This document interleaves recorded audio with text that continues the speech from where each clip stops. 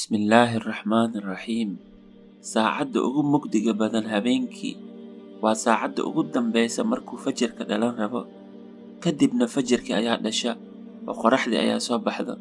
Waxaa saacaddaas halqabsi looga dhigtaa inuu dhibka dheef ka dambeeyo, abaartana ay aaran ka dambeyso. Sidoo kale nolosha guurka waxaa ka mid ah saacaddaas mugdiga oo kale oo isku dhac ayaa ku yimaada lamaanihii. Mashaakilaad ayaa ka dhex dhaca. Marka haddii lamaanuhu ama labada isqaba ay si fiican u wajahaan isku dhaca ku yimid, waxaa hubaal ah inay ka gudbayaan arrinkaas oo ay u gudbayaan marxaladii hore ka fiican oo ka kalgacayl badan insha Allah. Laakiin dhibaatada maanta ee dhalinyarada Soomaaliyeed haysata ayaa waxay tahay dhalinyaradii markay dhibaato dhinaca guurka ah ay soo food saarto isla markii furka tuuranaya oo gacmaha kor u taagaya oo furiin ku degdegaya.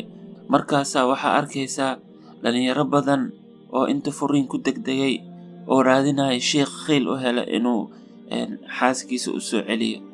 Marka waxaa naga waana ah inay dhalinyarada Soomaaliyeed ogaadaan in isku dhaca lamaanaha uu wax dabiici yahay, uu qof walba ay taabanayso oo aan adiga kaliya kugu ekeen.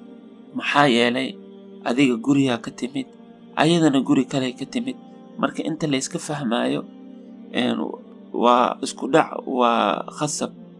Waxaa kaloo jira xataa hadday labadiina wax idinka dhicin inay dhibaato kaaga timaado dhinaca dibadda oo dad kale ay kusoo faragashtaan.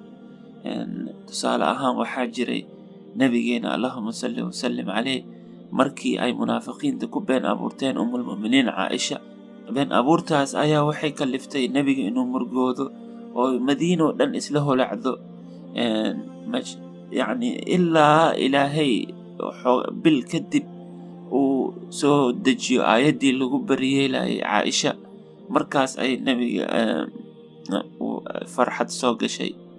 Marka waxaa naga waana ah dhalinyarada Soomaaliyeed markay soo wajahdo mashaakilaad dhinaca guurka ah inay isla markii xalkii ay galaan oo ay ka wada hadlaan, ay ka wada xaajoodaan isku dhaca dhexdooda ka dhacay oo aynan sugin waqti dheer. Maxaa yeelay isku dhaca lamaanuhu waa sida nabarkii oo kale. Qofka hadduu nabar jirka ka gaaro waa in isla markii la daaweeyaa, haddii kale dhiig bax ayuu qofkii ku dhacaya ama nabarkii wax infection ayuu qaadayaa.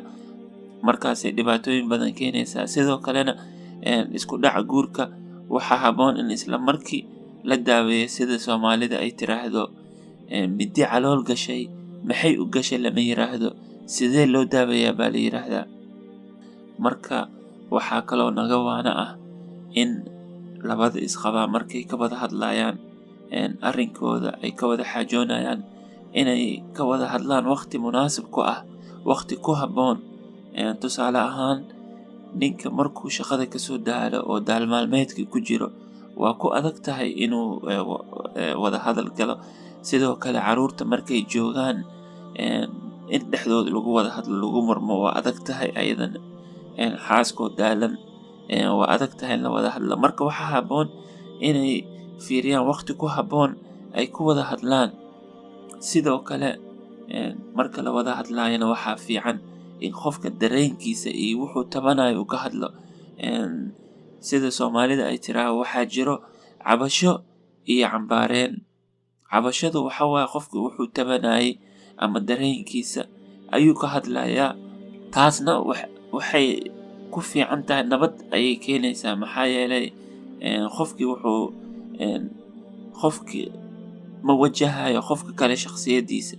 Cambaareyntu waa sidaas. Cambaareyntu waxa waaye qofka shakhsiyadiisa ayaa weeraraysa. Marka waxa waaye cambaareyntu waxay ku xun tahay dabkii hore shidnaa ayuu dab kale ku sii darayaa. Marka waxaa fiican in mar walba qofka dareenkiisa uu ka hadlo marka la wada hadlaayo. Waxaa jirtay gabar reer miyi ah oo ninkeeda uga cabatay inuu canaantiisa badan tahay. Markaasay tiri u buraanburtay. Ninkii asoo dhageysanaya waxay ku tiri calool nugulaa caruurteeda aabahood intii uu canaanto casho waris iyiri haddana. Marka ninkii markuu maqlay gabadhii dareenkeedii wuu fahmay canaantii waa ka joojiyey. Waxayna u gudbeen marxaladii hore ka naxariis badan oo ka galgacayl badan. sidaas oo kalena waxaa habboon in qofku markuu hadlaayo uu dareenkiisa ka hadlo oo cambaareynta iska daayo. Cambaareynta ma fiicno. waa inuu qofka iska daayo hadallada ah adiga mar walba sidaanaa samaysaa, adiga weligaa sidaanaa tahay. taas kuma habboona. nabigeenana allahuma salli wasallam caleyh wuxuu aad u amray in qofka nafsadiisa uu xakameeyo oo carabkana xumaanta uu ka dhooro. carabka waa runtii waa ka xoog badan yahay hubka culculus oo adeegsano. carabka dhaawaciisa dhaawac loo adkeysan kara ma aha. markaa fiiriso mahmahyada ay awoowayaasha Soomaaliyeed noogu tageen badankoodii carabka aad ayay ugu digeen. marka aad fiiriso mahmahyadaas waxaa ka mid ah erey xumi uri kici, af xumo nabadna waa kaa kaxaysaa, colaadna wax kaagama tarto. carabkaaga waa faraskaaga, haddaad sii dayso waa kula tagaa. hadal aan filayn iyo falaarba waa kugu fogaadaan. carabkaaga ka adkow intuusan kaa adkaan.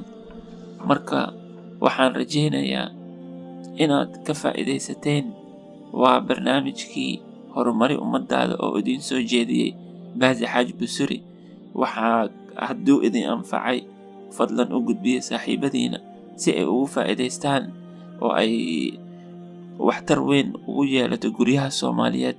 maxaa yeelay guurka waa tiirka ummadda. tiirka ummaddana hadduu liixo waxay nagu dhibaysaa horumarinta ummadda.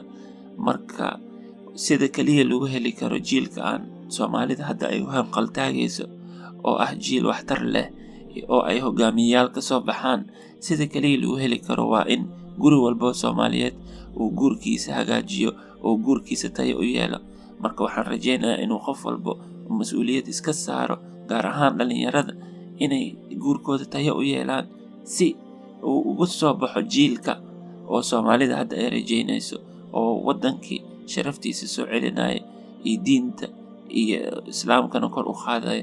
insha allahu tacaala khayr adaa idin dhaaf intaan mar kale ku kulmi doono. maca asalaama.